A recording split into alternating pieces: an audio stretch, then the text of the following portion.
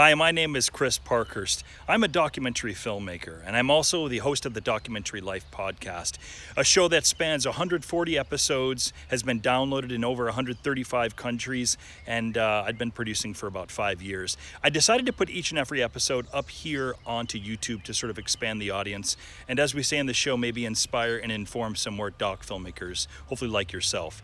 In the episodes, you may find some older, maybe outdated URLs, in particular any of the documentary filmmaking courses that we do offer online. If you have any questions about the URLs, simply look in the show notes on this page, here on this YouTube page, and that'll be able to take you where you need to go to.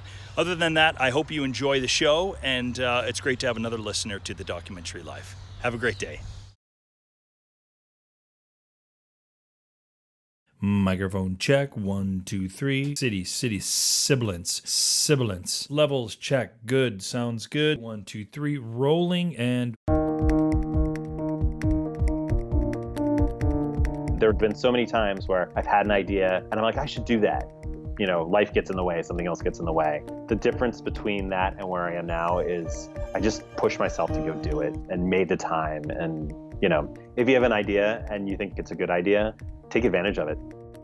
Hello and welcome to Season 3 of The Documentary Life. This is a show that sets out to inspire and inform you on how to best live and lead your own documentary life. I am your host, Chris G. Parkhurst, and this is episode number 121. And it is brought to you by Barong Films, proud creators of documentary film, the Documentary Life podcast, and the Documentary Life weekly workshops. Your opportunity to join a group of doc filmmakers such as yourself for 2.5 hours and engage in a workshop led by yours truly. To see the full roster of this month's workshops, go to thedocumentarylife.com/workshops.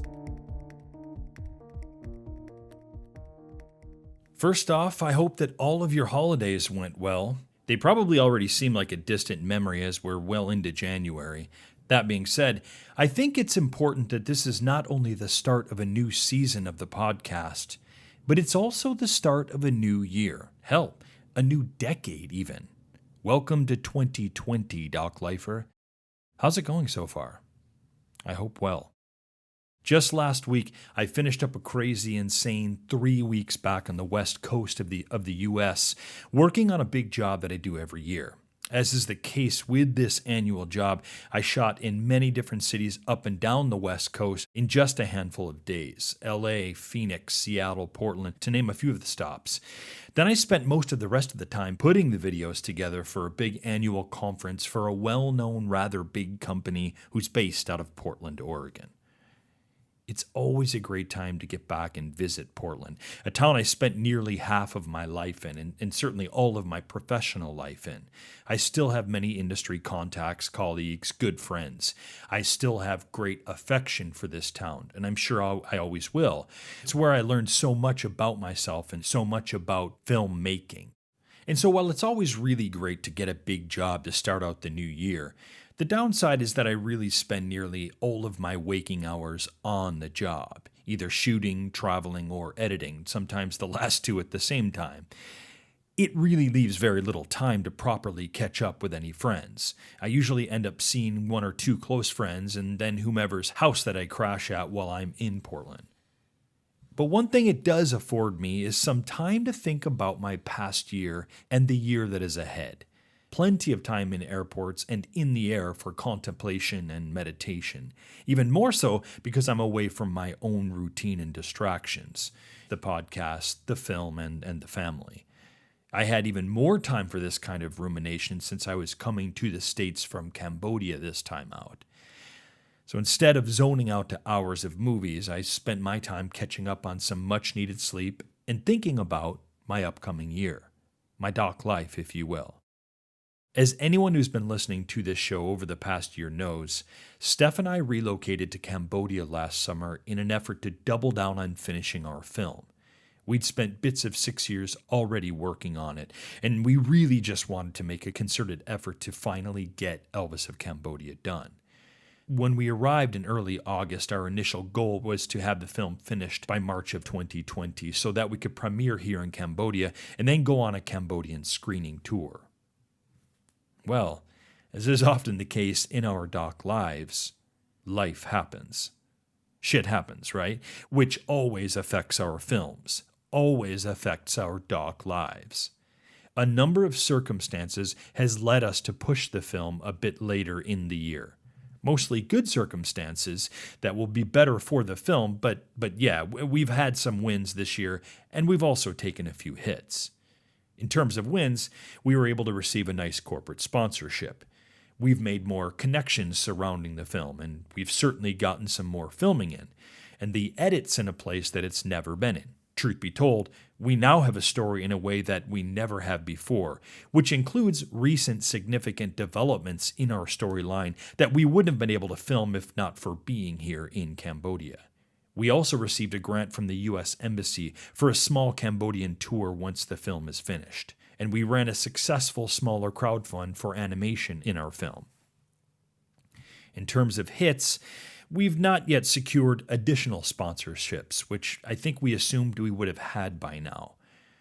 Juggling the film, the podcast, and the family, it's definitely put a strain on finances and family, including family relationships abroad, among other things.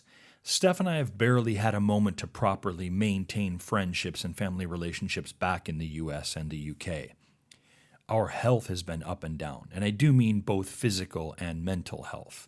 Without getting too personal, this film has most certainly taken its toll on our lives. There's simply no way to sugarcoat this. Now, I'll bet that some of this may resonate with some of you. You may either be experiencing some similar frustrations with your own doc lives or have in the past. That is to say, what I have described is something that most of us experience or have experienced as documentary filmmakers. And sometimes this whole experience can be so frustrating, maybe even harrowing, that we may feel like, dare I say, walking away from it all. Look, the truth is, documentary filmmaking can become all-consuming. It can burn you out. And something that I came to realize on my flights and during my time away from the film and from the family that I really want to share with you is this. Doc filmmaking is often not a linear experience. There is no straight path to success, just as there is often no simple, straight path to the story of your documentary. There are many twists and turns, many rises and dips in the road, right?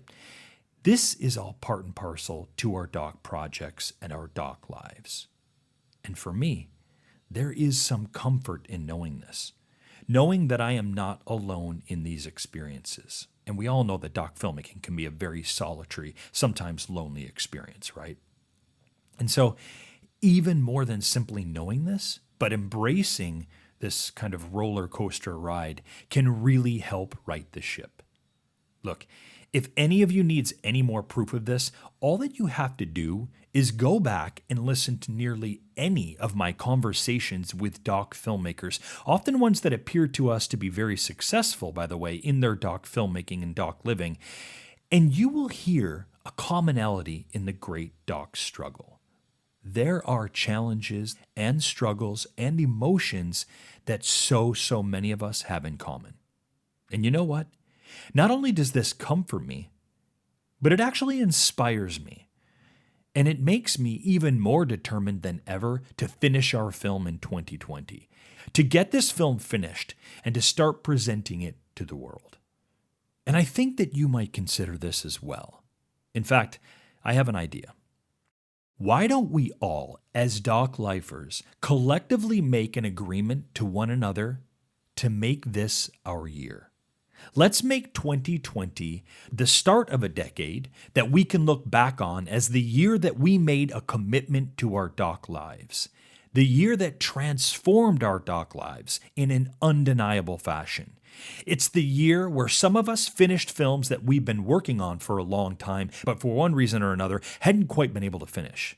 It's the year that some of us took the leap to begin work on the first of what would become many documentary films. It's the year when we doubled our energies, doubled our output, doubled our doc budgets, our incomes, whatever we wanted. It's the year that we doubled down on our doc lives. What do you think? Can we do this? Can you do this? I think that you can. Let's all make this the year that it happens. Let's make 2020 our breakthrough year. I don't mean to sound cheesy here, but I'm going to sound cheesy here, okay? Let's make 2020 the year of your doc life. Now, next up on the show, appropriately, we're going to have a discussion with a doc filmmaker who many of you know from either here on the show or from the TDL Community Facebook group. He is someone that is literally one of us. I believe that this is the first time we've had someone come up from the ranks of TDL listenership to a finished film that is now, this month, going to be played as a proud selection of the Slamdance Film Festival. His name is Josh Davidsburg, and I can guarantee you that this conversation will be the perfect way to double down on our commitments to making 2020 our breakthrough year. Thanks for tuning in to Season 3 of The Documentary Life. It's good to be back, Doc Lifer.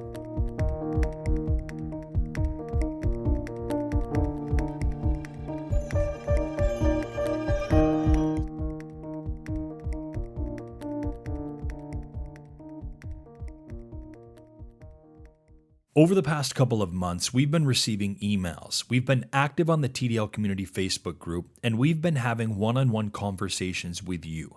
And I'm happy to say that once again, Doc Lifer, we have heard you. A few days ago, we began our weekly live workshops, and it was with Going Solo with Your Documentary Filmmaking. It was a great turnout where we learned a lot about one another's doc projects, and we learned how to take our solo doc filmmaking to the next level. Our next workshop, Documentary Filmmakers Crowdfunding 101, will be held this coming Wednesday, January 15th. If you've been looking to run a crowdfund this year, I can promise you will want to take this workshop. I will help you not only to raise funding for your film, but also to build a sustainable audience for this and future films. Our workshops are held in a live interactive setting where you have an opportunity to engage with other doc filmmakers, engage directly with me, and learn how to transform your documentary filmmaking to a place you've long been wanting to get to. To get signed up for Documentary Filmmakers Crowdfunding 101 or to see how any of our other weekly workshops might transform your doc filmmaking this year, you can visit thedocumentarylife.com/workshops. Secure your spot in a workshop today. Registration is happening now at thedocumentarylife.com/workshops.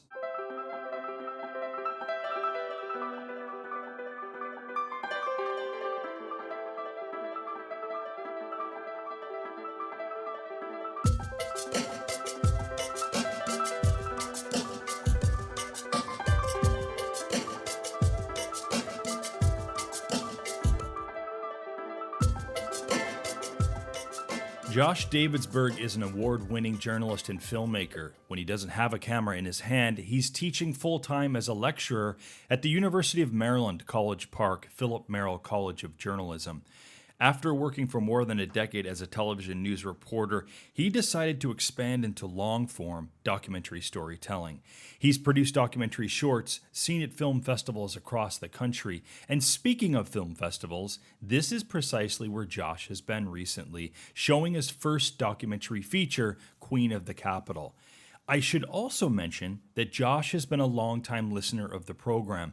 And so this is a first for sorts for us where we've kind of come full circle with somebody who's listened to the show at early on in the inception of the show, and they've produced their documentary during that time and now are bearing the fruits of that labor with this film festival success. Josh Davidsburg, welcome to the Documentary Life, man. Really proud and happy to have you here. Chris, it's awesome to be here. Thanks for having me. I found you guys at the exact right time because I just kind of wrapped up the production of it, and I had to raise money because I had done everything else out of pocket. So I found you guys, and you guys set me on the right path and helped me do a crowdfunding campaign through Seed and Spark, and it was incredible. I wouldn't be where I am without you. Wow. I really appreciate those kind words. And we'll get into some of those very topics. It's as if you're reading my notes. Good for you. We're simpatico. Yes, exactly. Since the time you've become, not only an avid listener of the program, you've also been a key and active member of the TDL Community Facebook. I want to thank you for that, and I know a number of our listeners will be thanking you for that as well. You've also completed your first doc feature, Queen of the Capitol, which we will get to, and you've also recently become a dad. I feel like I've been witness to the making and living of a true doc life, Josh. How has this been for you? It's been incredible. I mean, I feel like we're close friends at this point. You're like, Yeah. I listen to the show all the time. We've communicated, and That's right. and the community on Facebook is incredible. I mean, I've gotten out of it as much as I've put into it. It's such a great group of people that just share ideas and, fill in the gaps that maybe the podcast doesn't cover or have time to cover, that the Facebook community really is there for us. I participate a little bit on the filmmaker Reddit subreddit.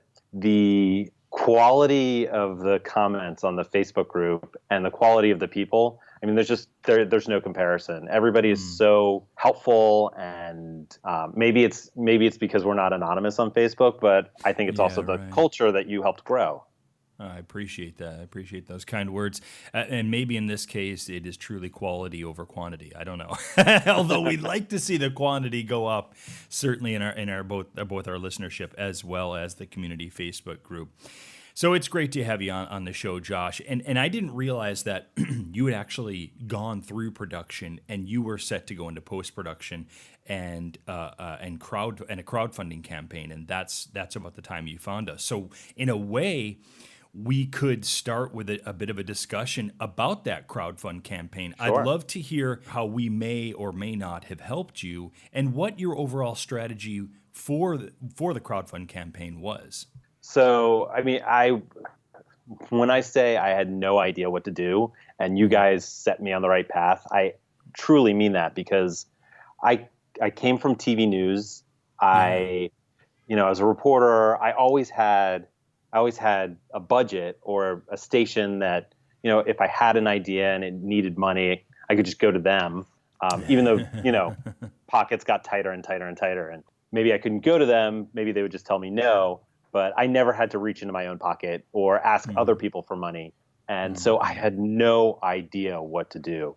And I think I may have tweeted at you or sent you an email or something, and you recommended a few episodes of the Documentary Your Life podcast. And I listened to those. And I remember, like, one of the things that popped into my head was, like, how to get social media ready and make GIFs and, like, do this kind of stuff. And that helped me plan out the crowdfunding campaign. And then on top of that, right around the same time, you had, I can't remember his name, but the guy who wrote the book Crowdfunding for Filmmakers. John Trigonis, yeah. Yes. And I ran out, I bought that book. And that helped me kind of finalize my plans for crowdfunding. Okay. And you also had the Seed and Spark people on around the same time, I believe, as well. Right. And so that helped me decide to go with Seed and Spark. And everything just kind of came together, and we had a successful crowdfunding campaign. We raised around $17,000, and a couple other. We raised a little more money through our fiscal sponsor. So overall, we raised about $20,000. Pretty much, with your direction. Wow. Yeah. And I imagine you were also, now having just seen Queen of the Capitol, I imagine you were also in some ways inspired by some of the material in your own film, where fundraising, right, for charity is a big part of some of the characters in your film. Did that inform you or inspire you in any way when you did your own crowdfund on your film? So the group that I followed, the Imperial Court of Washington, D.C., they're a 501c3. And like you said, their whole job is to raise money for charity. I kind of wanted to keep that separate. Just, I wondered, the journalist in me. They ended up doing they ended up doing a fundraising campaign, not a fundraising campaign, but they ended up doing a fundraising event for us at the very end. After I'd shown it to them and we had final cut and all that kind of stuff. But for the most part, I tried to keep it somewhat separate because it's tough. The journalist in me doesn't want to take any money from the people that I'm doing the documentary for. Yes, but when you're doing crowdfunding, I mean, you can't really control that anyway. Well, let's back up for a second and talk about the journalist in you. You come from a journalist background, don't you? It's in your family, is it not? I do. My dad was a reporter. He worked for NBC. He covered Vietnam. He covered the Six-Day War in Israel. He Yeah. covered the Kent State shooting. And then when he met my mom, he moved down to local news and had been Yeah. in Baltimore for most of his career.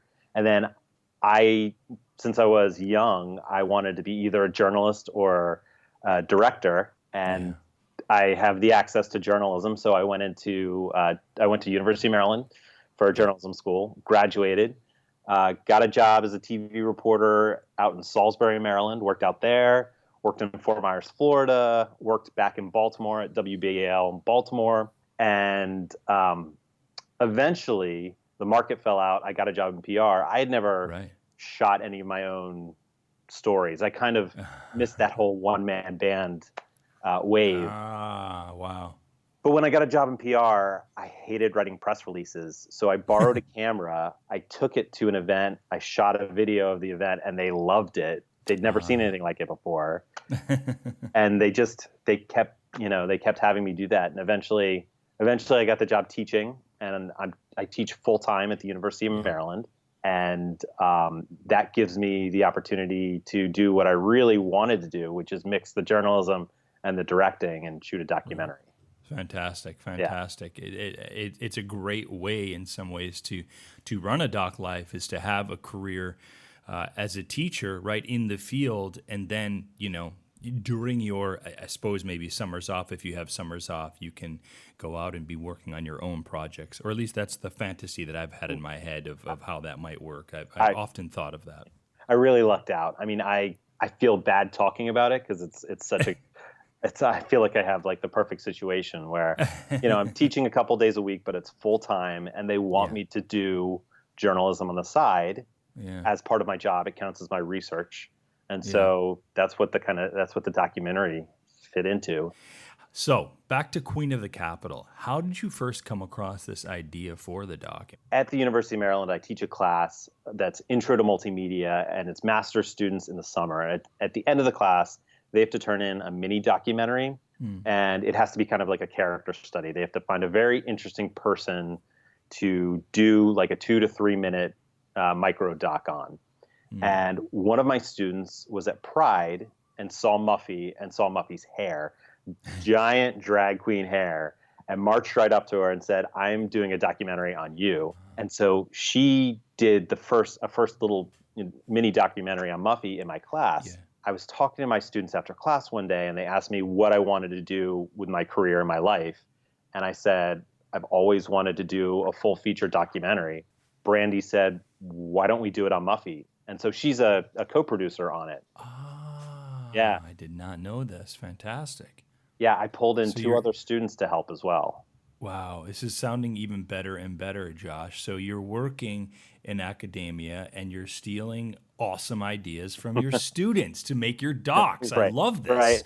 Right. Not stealing. I'm giving them credit on the picture as well. So. Right, exactly. There's definitely a good exchange here. There's a quid pro quo. Yeah. Absolutely fascinating. What was it about Muffy and her story that drew you in? So we met with her right after Brandy kind of pitched the idea, and I liked it. Yeah. But I didn't want to just do a documentary about drag queens because that's done before. Right. So when we met with Muffy, she explained the Imperial Court. She explained this group that it's a philanthropic group. Their whole job is, their whole purpose is to use drag to raise money for charity and do good things in the community. And they do it with this like pomp and circumstance. And, they have these giant events where they all kind of almost like Disney princesses, the way that they dress up, gowns to the floor, hair to the ceiling is their tagline. So she told me about that. She told me about the history of drag in DC. I knew that I wanted to do a documentary about that because I love the fact that they're giving back to the community, that I'm able to profile the court, give a little history, and then also show some of the nonprofits that work in the district as well that are important to them. Okay, come on, girls. I don't even think about it. like, because I drive with my wigs seat belted in, you'll see kids looking through the windows and making faces at the wigs that are in the back side. Muffy is known for the big hair. My largest hair that I currently have is 36 inches tall, and it's 64 inches in circumference around me. When I travel the country on the circuit, I actually get some trouble from some if I show up though without the big hair. When did you first start thinking about who an audience might be for your film? You kind of have to start thinking about that from the beginning, right? I mean, you sure do. It's tough because you want to say that this film, you want everybody to see your film, right? I want everybody to see my documentary. I want everybody to love it. But you do have to focus. And so, I thought the best people to kind of focus in are mid 25 to 45 adult people who not only live in the District of Columbia, but are interested in Washington, D.C., that are, allies to the LGBTQ community. Yeah. Somebody that might be interested in history, but also, loves a good character documentary as well. So that was kind of as focused as I wanted to get. But at the same time, everybody wants to make their documentary for everybody. Yeah, right. You want everybody to see your film, of course. Right.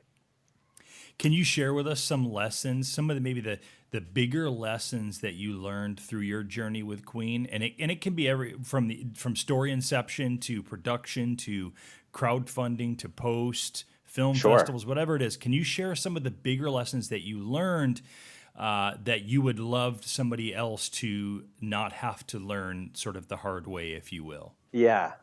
So one of the things that, looking back on how I filmed it, I probably would have done differently if I'd known a little more about it, is really study up on fair use. And that includes talking to a lawyer about it, because drag queens lip sync. So yes. I figured I wouldn't be able to use any of their performances. And if I was going to use their performance, I'd have to cover it up with other music. And I really should have talked to a lawyer earlier on, because I was able to shoot it and use the performances, but I probably would have shot them a little differently, like maybe done multi-camera shoots and done it a little more like a performance than shooting it to edit. Because what was explained to me was that I could use anything that was kind of raw and recorded in the moment, right? Okay. But the minute I started editing to the beats and using, the background music as a sync track, then it starts to fall out of the fair use. Becomes problematic, doesn't it? Yeah. Yeah.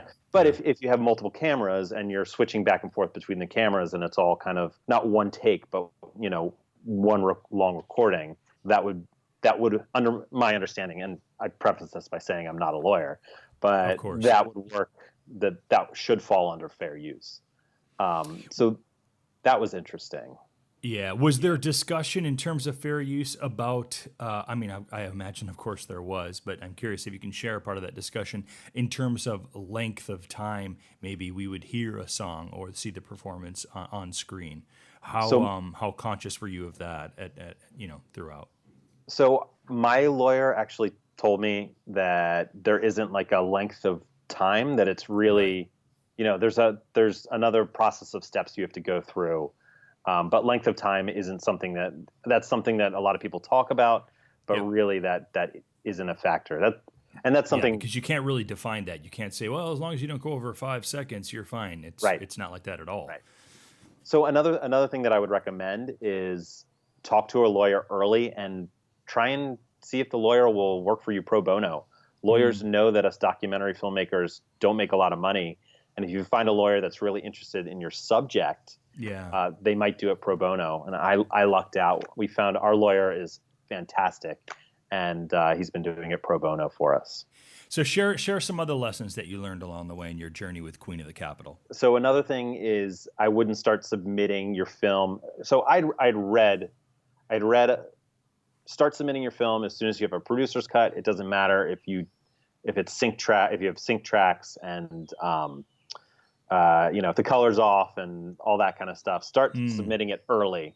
But what I found is we had no luck for the first 6 months when we were submitting the early, not early cuts because it was finished edited cut, but it wasn't, we didn't have the music. There was still, there was still watermarks in the music, and the color was off, and some of the B-roll interviews we didn't cover up as much as we should have.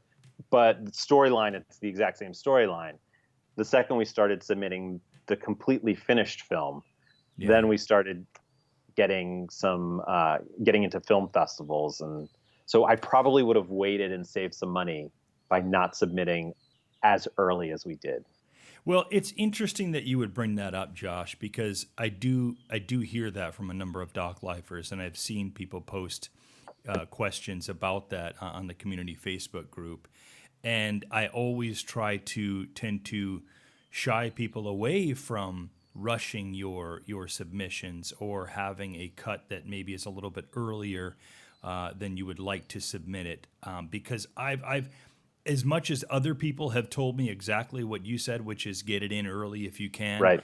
I have found, and I've also heard this from other people in the industry, that it's actually, conversely, it can cause you a bigger problem, because if you don't submit a cut that is close enough to completion that you're going to feel strongly about, you risk not only that film not being, entered into that being accepted into a particular film festival, but it's not like you have another chance to then submit the cut. Say, oh, wait, here's a better cut now. Even if you wait a year later, the chances that they will even look at your film go down drastically. And I've gotten this in particular straight from Lyndon Stone, the director of Melbourne Documentary Film Festival. He's like, look, the first time we watch a film, yes, of course, we'll accept a submission the next year round, but the opportunity, to be quite frank, for most filmmakers, the opportunity has gone away, because once we know your project, once we've seen it, that's in our heads, and we can't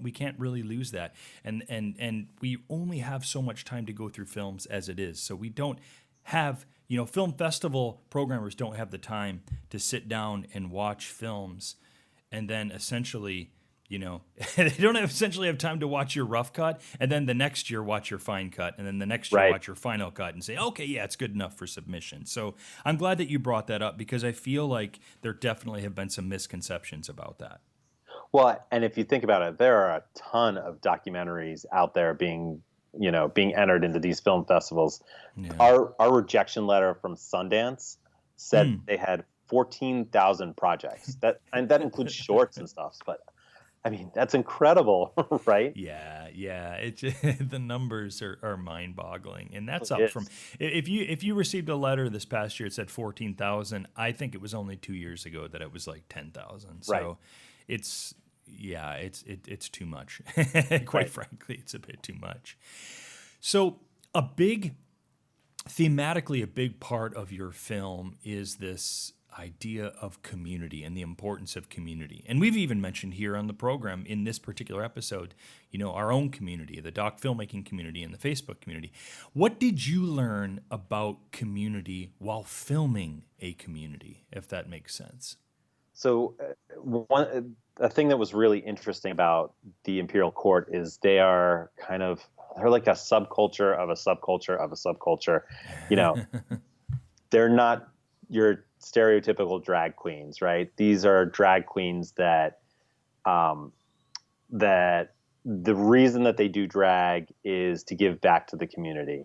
And so community was an incredibly important part of the filming. And so, we kind of came up with a list of kind of key words that we wanted to focus in on while we were filming. We got this idea from, there's a production group out in Portland called Still Motion. Have you ever heard of them? Of course. Oh yeah. Okay. Of course. I've worked with those guys. Okay. Yeah. So they have this pre-production technique that they call Muse, I think, or something like that. Yeah. Muse storytelling. That's right. Right. And it's they want you to come up with 5 keywords. And I had done one of their workshops a long time ago when they came through the DC area. Great. Yeah. I mean, so my background, I love tutorials. I will soak up any tutorial that you put in front of me, whether it's motion graphics on lynda.com, or my wife gave me the Ken Burns masterclass. So like I will watch any tutorial, and if it has to do with video production, then I'm all in. And so You're all in, right? Yeah.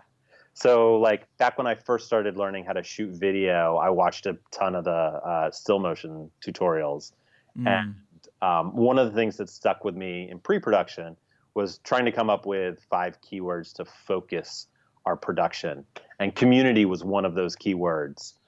Family was another one.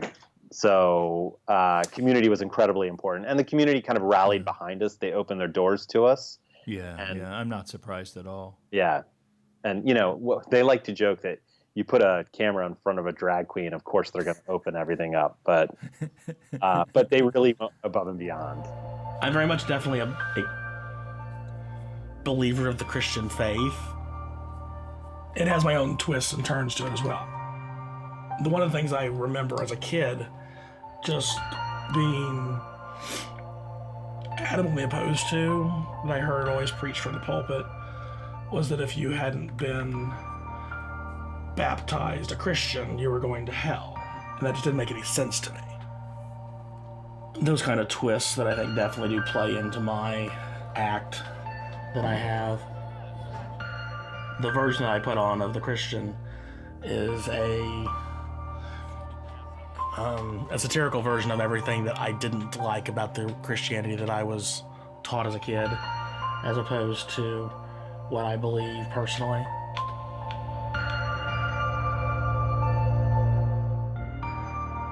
You are in the midst of your film festival run right now, and it's so interesting for me to hear that you went 6 months without having much success, because now it seems like every other day when I check in on social media, I feel like I'm seeing a new festival that you guys are playing. What do you attribute to that success, and really what was your overall film festival plan?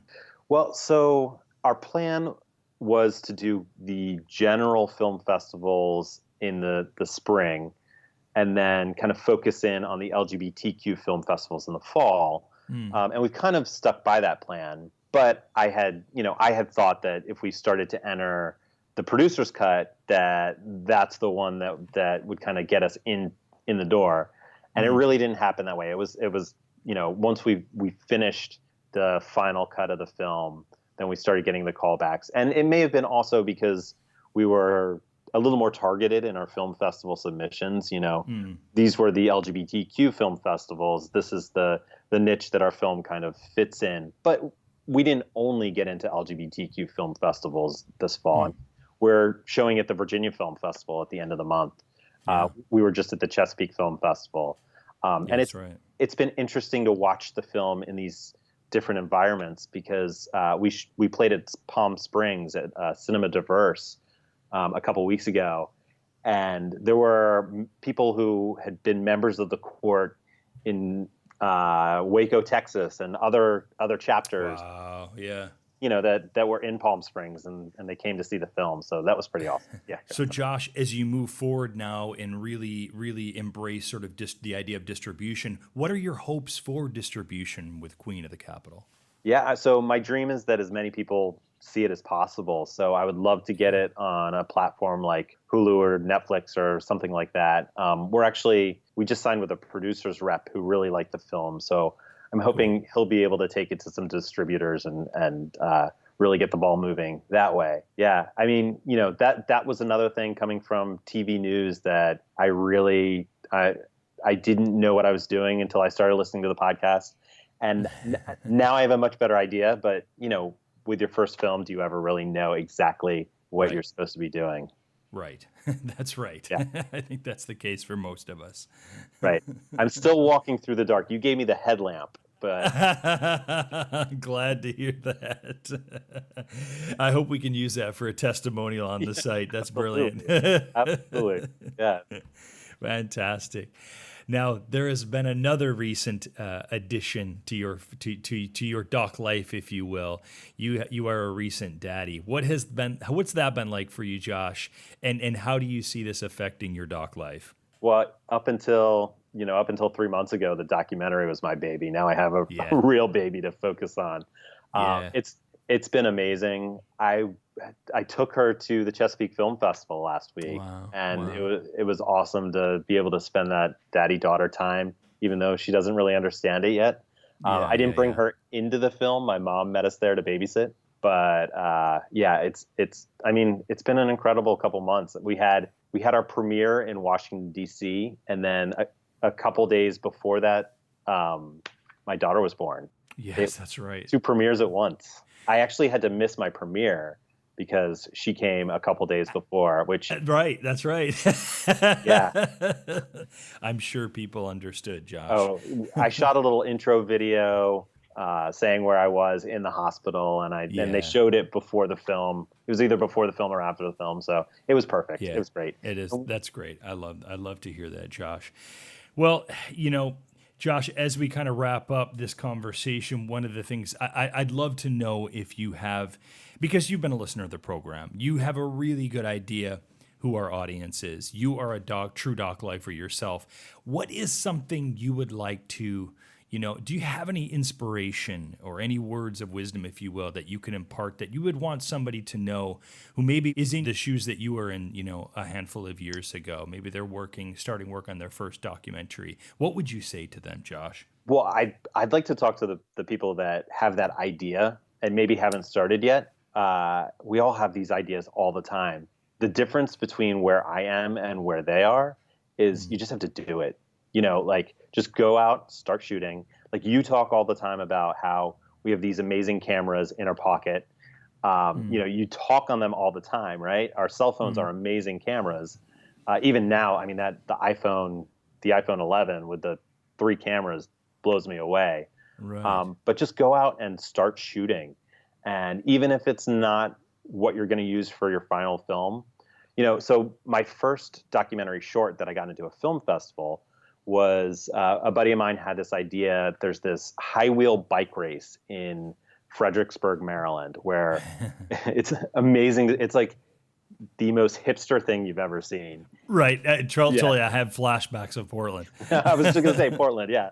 And my buddy was like, we should just go shoot it. And so I contacted the organizer, and we went out, and we're both from news, so I wouldn't say it was like real, cinematic documentary, but we kind of went out the night before, got them kind of setting everything up, and went out the next day, and put together a documentary short. I entered it in the DC Shorts Film Festival on a whim, and it got in. And then, Amazing. yeah, there are all these other film festivals out there. We got contacted by bike film festivals to have our. Oh, that which is does awesome. not surprise me at all. Oh my God, Right. Portland, Oregon. Exactly. Like Kalamazoo, I think, was another one. But that was just something, we had this idea and we just did it. And there's been so many times where I've had an idea and I'm like, I should do that. Life gets in the way, something else gets in the way. But the difference between that and where I am now is I just pushed myself to go do it and made the time. And, so that's my piece of advice. If you have an idea and you think it's a good idea, take advantage of it. We've been speaking with doc lifer Josh Davidsburg. His film is Queen of the Capitol. As soon as you know where we can start seeing this film, Josh, do let us know. That way we can Sure. post up in the show notes. In the meantime, you have a website that they can go to, correct? Yes, queenofthecapital.com. Excellent. Josh, what an absolute pleasure. It's fascinating to have met you a few years ago and to see, where you've come along on this journey. And I feel like I've been a part of that journey as well. I feel that way too. And I'm so appreciative of it. And I'm really proud of the work that you've done, man. Congratulations. Thanks, Chris. Good talking to you again. Don't forget, if you like our show and you want to transform your documentary filmmaking this year, we'd love to have you join us in one of our workshops. Check out our current roster by going to thedocumentarylife.com/workshops. See you next time, Doc Lifer.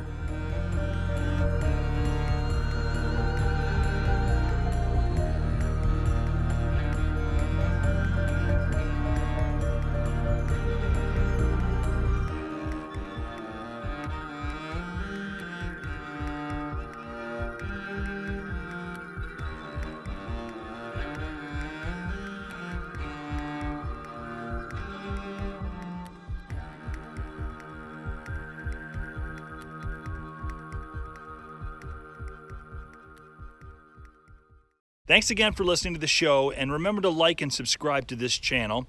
Also, remember, for any of the URLs that may or may not be outdated and you want to get the most up-to-date information, perhaps for the documentary filmmaking courses, for the blog, for other episodes, just go ahead and check in the show notes below on this YouTube page, and that'll give you the correct URLs to use. Thanks again. Have a great day.